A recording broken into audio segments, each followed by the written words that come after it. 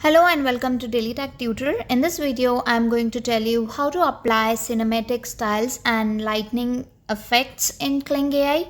So let's get started with the video. So basically you will see an option of effects. Third option, you need to click on that effects. Here you will get various effects and cinematic styles. You can choose it from here and create your video. For example, if you choose this instant film, the example is given. You can just add your image here. You can either select from camera roll, take a photo, or select from history. So once you have selected the image, it will start applying that cinematic style to that particular image as well. And as you can see, it started generating the video as well. You can click on generate instant film image and it will start generating. Now the second one is lighting effects.